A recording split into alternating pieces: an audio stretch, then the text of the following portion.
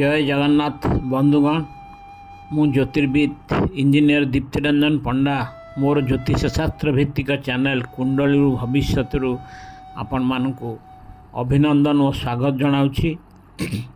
आज आम गोटे बहुत गुरुत्वपूर्ण विषय आलोचना करवा ताहा होची ग्रह रिष्ट खंडन। उदाहरण स्वरूप आम जिते शरीर किसी रोग पीड़ित हो आम मैंने डाक्तर पाखु जाऊ निजर से रोगर उपशम पाई डाक्तर आमको देखी तार रोग को चिन्ह से आमको मेडिसिन दे था। ठीक से हीपरी जड़े ज्योतिर्विद पाखक जिते आम जाऊ आम कुंडलटी देखो से देखी सारे पर सी केते गुड़े उपदेश दे था कौ ग्रह गुड़िक खराब स्थिति अच्छा किए भल स्थिति अच्छी। तेणु जो मैंने खराब स्थिति था ग्रह मैंने से खराब स्थिति केमती भल को जीवाई तांकठू केमती सुफल मिल से किछि रिष्ट काटापी किछि उपाय कही था। से विषय आम मुख्यतः आज आलोचना करवा। ग्रह रिष्ट होची कौन? प्रत्येक लग्न कुंडली रे केतेक ग्रह जोगकारक आउ केतोटी मारक बा अकारक ग्रह थांती। मारक ग्रह कुंडली रे सदाबले अशुभ फल दियंती। सेमती जोगकारक ग्रह यदि खराब स्थान यथा त्रिक स्थान षष्ठ घर अष्टम घर द्वादश घर बा नीचरे थिबे अस्त थिबे बा तांगर डिग्री बल कम थिले मध्य शुभ फल ठीक रे दे पारंती नाही। जहाँ कुंडली रे षष्ठ अष्टम बा द्वादश स्थान रे कोनोसी ग्रह नथांती से व्यक्ति अदृश्य शक्तिर असरंती आशीष लाभ करिଥାଏ। ग्रह माने कारक हुअन्तु बा मारक हुअन्तु से दशा बा अंतदशा चलुवा समय हेउ बा गोचर हेउ तांकर अशुभत्य बा आम उपरे पड़ुवा खराब प्रभाव को ग्रह रिष्ट कहुए। एपरिक ग्रह माने खराब स्थिति थिबा बेले तांकर दशा अंतदशा चलुवा बेले प्रत्येक व्यक्ति ग्रहंक संपर्कित केतेगुड़े रोगरे पीड़ित हो कष्ट भोगी था।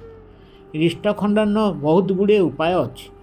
ग्रहंक रिष्ट खंडन पाई आमे एक संगे एक बा एकाधिक उपाय करिपरिबा। से तीन चारोटी मुख्य रिष्ट खंडन होची ग्रहं को जल प्रवाह करी। द्वितीय ग्रह विशेष निर्दिष्ट दान दे निर्दिष्ट ग्रहंकर निर्दिष्ट पदार्थ अच्छी दान दे बा ग्रहंकर पूजा पाठ बा तांकर बीज मंत्र जपन करी बा चतुर्थरे होची ग्रहंकर रत्न धारण करी। आम एक बा एकाधिक उपाय भी आम एकाथरे अवलंबन करिपरिबा। गोटी गोटी के आम यहाँ आलोचना करिया। जल ग्रह को जल प्रवाह करी तार अर्थ कौन? कौनसी ग्रहंकर खराब प्रभाव बा दृष्टि वर्तिबाकू हेले सेही ग्रहंकर संबंधित वस्तु को जल रे विसर्जन बा सेही वस्तु उपरे जल ढालिले सेही ग्रहंकर प्रभाव कमे। ताहार कारण होची कौन पे जल ढालिले कहीं आमर तार प्रभाव कमी जाए बा तांकर खराब दृष्टि कमी जाए? तार कारण होची सृष्टिर नियम रे जदि पिंडुला को मध्य जल देहरे निक्षेप करा जाए तेबे से शांत होई प्रवाह शून्य हो जाए। तेणु आम जेकोसी ग्रहंकर जो पदार्थ अच्छी उपयुक्त पदार्थ ता उपरे जल प्रवाह कले आम तांकर आशीष पाइबा। सेमती द्वितीय रहा दान पुण्य। बेले बेले कौन ज्योतिष खराब दृष्टि पड़ुवा ग्रहंकर खराब प्रभाव ह्रास करने को सेही ग्रह संबंधित कौन वस्तु को दान करने को कही था। सेपरी कले सेही ग्रह शांत होता। दान देले कहीं शांत होता ग्रह? ताहार कारण सृष्टिर नियम रे सेही जिनिस दान देवा फल ताहार परिमाण आम पाखक कमी जा फल सुफल मिलता है। तमने आम पाखक जो जिनटा खराब जिनटा आम पाखे अच्छी ताकू यदि आम आउ क्या दान देदेले तार भल हम कि आम देहर से कमिज से दान पुण्य कले भी आमको सुफल मिल।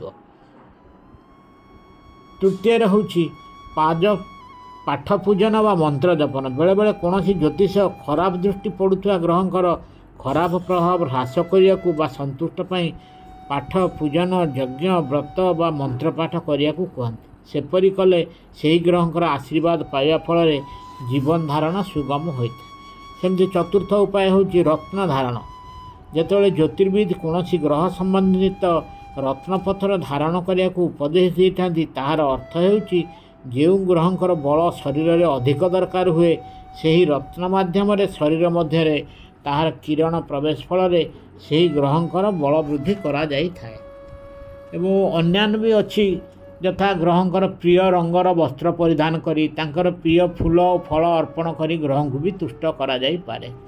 किंतु कथा होची जे आमे तेबे क्यों पद्धतिटा बाछिबा केमती आमे जानिबा। उपरुक्त उपमान मध्यरु रत्न धारण गोटे व्यय सापेक्ष किंतु सबुठारु सर्वोत्कृष्ट इष्ट खंडन उपाय। किंतु प्रश्न उठुची दुर्बल ग्रहंकर प्रभाव को प्रतिहित करिया को कौन केवल दामिका रत्न पत्थर धारण करवा एकमात्र बाट। अनेक गरीब लोक अच्छा जी रत्न किनि पारिबे नाही सेमाने कौन ग्रह प्रभाव मुक्त हो पारिबेनी। तार उत्तर हेउची हाँ करिपारिबे। रत्न धारण नकरी मध्य ग्रह को पूजा पाठ जल प्रवाह मंत्र जपन और दान इत्यादि दे बहुत अल्प पैसा खर्च करी मध्य रत्न धारण पर सुफल पाई पारिबे। बर्तमान केते गुडे आमे आगु जावा पूर्व केते गुडे ज्ञातव्य तथ्य जहाँ को आमे जानी आमे आलोचना को आगेबा।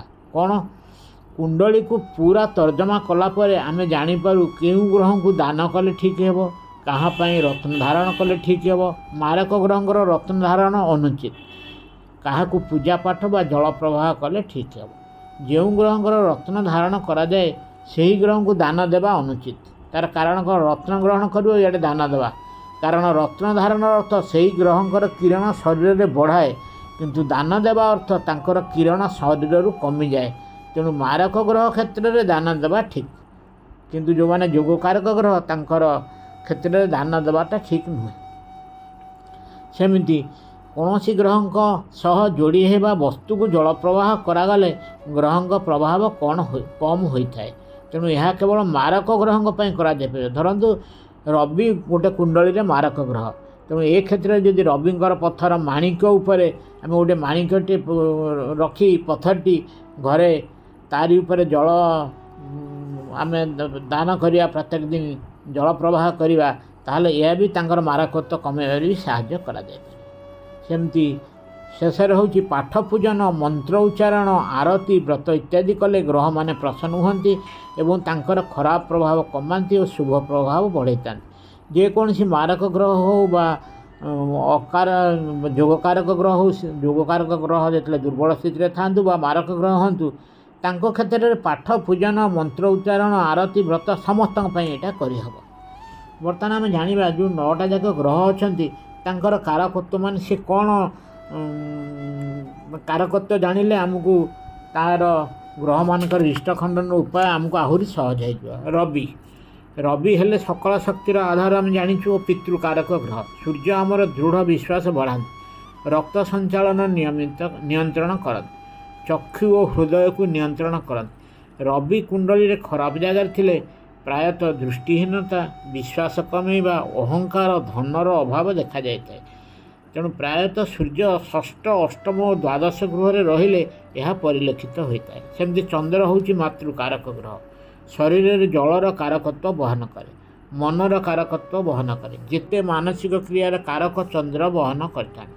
यदि चंद्र कुंडली रे खराब जगार अवस्थान करती खराब दृष्टि पकाती तेबे सही व्यक्तिर मानसिक अस्थिरता बद्रागी वृकक समस्या फुसफुस समस्या और ओजन समस्या परिलक्षित हुए।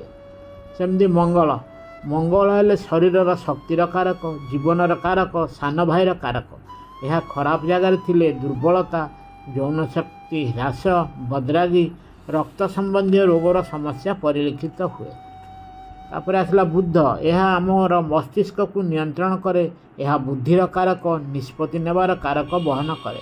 बुध खराब जगार थिले मस्तिष्क जनित रोग स्नायु दुर्बलता रोग प्रतिकूल प्रतिक्रिया कथबार्ता ठीक रुहेनी यथा कर्कश कथा शाणित कथा। तापर गुरु गुरु बा बृहस्पति ग्रह भाग्य आशा बुद्धिमत्ता संतान स्त्री विद्या एवं सबु प्रकार सफलतार भाग्य नियंता। यदि कुंडली रे बृहस्पति दुर्बल अवस्था थांती से व्यक्तिर स्वास्थ्य धनहानि भाग्य शरीर में प्रतिरोधकार शक्ति रोग प्रतिरोधकारी शक्ति खराब होबार लक्षण देखा जाए। शुक्र ग्रह शुक्र होती सृजनशीलता बा जोटा क्रिएटिविटी प्रेम स्त्री और प्रेमिकार कारक यौन सुखर कारक। यह खराब स्थान रे रहिले प्रेम संपर्क ଯୌନ ସୁଖ ପ୍ରଜନନ କ୍ଷେତ୍ରରେ ନକାରାତ୍ମକ ସୃଷ୍ଟି କରିଥାନ୍ତି। ଏହା ମଧ୍ୟ ଯୌନାଙ୍ଗ ସମ୍ପର୍କିତ ଗୁପ୍ତ ରୋଗର କାରକ। ଶନି ଶନି ହେଲେ ଏହା ଗ୍ରହ ଜଗତର ସବୁଠାରୁ କଠୋର ଗ୍ରହ, ନିମ୍ନ ସ୍ତରର କର୍ମଚାରୀଙ୍କ କାରକ, ଭାଗ୍ୟ ଦେବତା, ନ୍ୟାୟର କାରକ, ଧନର କାରକ, ଶିଷ୍ଟାଚାରର କାରକ। କିନ୍ତୁ ଶନି ଯଦି ଖରାପ ସ୍ଥାନରେ ରୁହନ୍ତି ତାହା ଦୁର୍ଭାଗ୍ୟକୁ ଡାକି ଆଣେ ଓ ନକାରାତ୍ମକ ଚିନ୍ତାଧାରା ବଢ଼ାଏ, ଅଧୈର୍ଯ୍ୟତାକୁ ଡାକେ ଓ ଅନେକ ପ୍ରକାର ସ୍ୱାସ୍ଥ୍ୟ ସମସ୍ୟା ଡାକେ। ରାହୁ ମନକୁ ଅଶାନ୍ତ ବା ବିଚଳିତ କରିବାର କାରକ, ବିକଳାଙ୍ଗର କାରକ, ପ୍ରତ୍ୟେକ ଅଭିଳାଷ ଓ ଭ୍ରମର କାରକ। ଏହା ଅନେକ ମାନସିକ ରୋଗର କାରକ, ସ୍ନାୟବିକ ବିଫଳତା, ମାନସିକ ଦୁଶ୍ଚିନ୍ତା ଏବଂ ଯେତେ ପ୍ରକାର ନକାରାତ୍ମକ ଭାବନାର କାରକ। ଯେତେକ ସ୍ପର୍ଶ ରୋଗ ଯୌନ ସମ୍ବନ୍ଧୀୟ ତାହାର କାରକ ଓ କାଛୁକୁଣ୍ଡିଆ ଇତ୍ୟାଦିର କାରକ। ଶେଷରେ କେତୁ ହେଲେ ଯେତେକ ଦୁର୍ଭାଗ୍ୟର କାରକ। କେତୁ ଋଣ ବଢ଼ାଏ, ଦୂରଦୃଷ୍ଟି କମ୍ କରେ, ଦୁର୍ଭାଗ୍ୟ ଆଣେ, ଖରାପ ଜାଗାରେ ଥିଲେ ନିଶାଖୋର, ଜୁଆଡ଼ି ଓ କାମୁକ ହୋଇଥାଏ।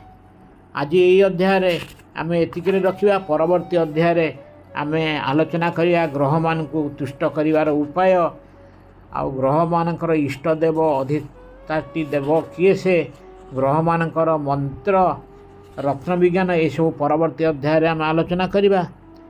ଆଜି ପାଇଁ ଏତିକି। ଯଦି ଆପଣମାନଙ୍କୁ ଏହି ଅଧ୍ୟାୟଟି ଭଲ ଲାଗିଛି ତେବେ ଆଗରୁ ସବସ୍କ୍ରାଇବ୍ କରିନଥିଲେ ମୋର ଚ୍ୟାନେଲକୁ ସବସ୍କ୍ରାଇବ୍ କରିବାକୁ ଅନୁରୋଧ କରୁଛି ଏବଂ ଯଦି ଭଲ ଲାଗିଥାଏ ଲାଇକ୍ କରିବେ ଓ ବହୁଳ ମାତ୍ରାରେ ସେୟାର କରିବାକୁ ଅନୁରୋଧ କରୁଛି। ଜୟ ଜଗନ୍ନାଥ।